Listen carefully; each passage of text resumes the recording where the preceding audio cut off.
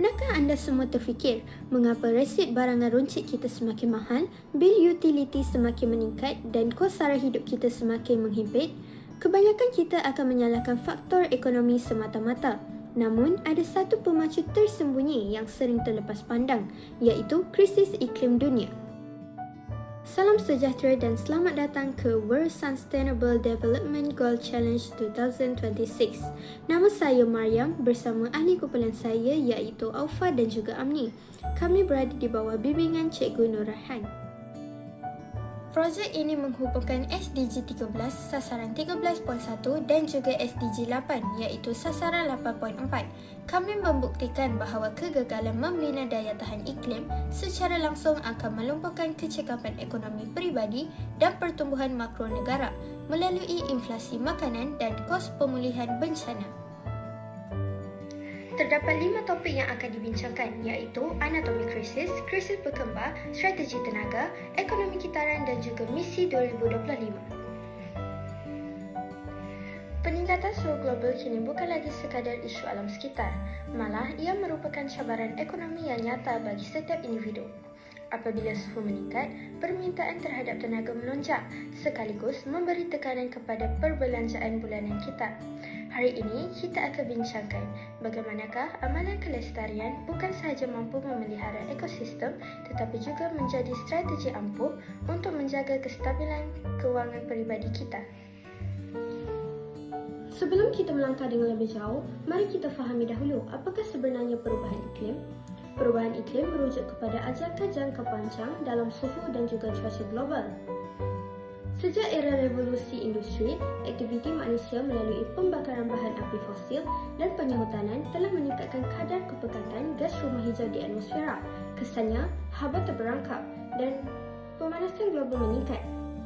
Menurut laporan Intergovernmental Panel on Climate Change (IPCC), fenomena ini telah mencetuskan cuaca ekstrim, kenaikan paras air laut dan gangguan ekosistem yang drastik di seluruh dunia, termasuklah di Malaysia. Kita kini berhadapan dengan krisis berkembar. Perubahan iklim mengakibatkan gangguan langsung kepada rantaian bekalan makanan dan sektor pertanian negara. Apabila hasil pertanian terjejas akibat kemarau panjang atau banjir kilat, harga barang keperluan akan meningkat secara mendadak. Selain itu, tanggapan bahawa gaya hidup hijau itu mahal adalah satu kesalahfahaman. Hakikatnya, pembaziran sumber yang tidak terkawal adalah punca utama ketirisan keuangan yang sering kita abaikan dalam kehidupan seharian. Langkah proaktif bermula dengan pengurusan permintaan tenaga di rumah. Berdasarkan garis panduan Suruhanjaya Tenaga ST, penggunaan teknologi LED mampu mengurangkan penggunaan tenaga pencahayaan sehingga 80%. Seterusnya, apabila memilih peralatan elektrik, pastikan ia memiliki penarafan bintang 5. Walaupun kos permulaan mungkin lebih tinggi, pulangan pelaburan melalui penjimatan bil elektrik jangka masa panjang adalah sangat signifikan. Sebagai panduan, menetapkan suhu penyaman udara pada tahap 24 hingga 25 darjah Celsius adalah titik keseimbangan terbaik antara keselesaan dan kecekapan kos. Dari sudut pengurusan sisa, Malaysia merekodkan ribuan tan sisa makanan setiap hari. Satu pembaziran ekonomi yang mencecah bilion ringgit setahun. Kita perlu beralih kepada konsep ekonomi kitaran. Beli hanya mengikut keperluan dan amalkan pengkomposan sisa organik. Selain itu, pengurangan plastik sekali guna bukan sahaja membantu memelihara alam, malah merupakan langkah penjimatan yang berkesan. Dengan hanya membawa botol minuman sendiri, seorang individu mampu menjimatkan anggaran RM500 setahun, di samping mengurangkan beban pencemaran mikroplastik dalam ekosistem kita. Pelaksanaan langkah-langkah ini membawa impak serampang dua mata. Secara makro, kita menyokong aspirasi negara ke arah pelepasan karbon sifar bersih menjelang 2050. Secara mikro, ia membina ketahanan kewangan rakyat dengan mengurangkan kebergantungan kepada sumber yang membazir. Kita sedang melabur untuk masa depan yang lebih stabil. Kelestarian dan kemakmuran ekonomi mestilah bergerak seiringan dengan kelangsungan generasi akan datang. Kita bukan sahaja mahu kelangsungan hidup, tetapi kita mahu berkembang maju dalam persekitaran yang sihat. Boleh perkenalkan diri dan boleh bagi pendapat awak tak tentang video infografik kami tadi? Hai, nama saya Damia. Saya merupakan student UIA.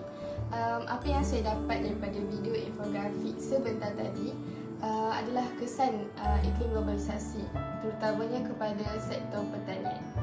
Sebagai contohnya, apabila berlakunya peningkatan suhu yang sangat tinggi dan juga cuaca yang agak ekstrim, ianya akan menjejaskan hasil tanaman negara.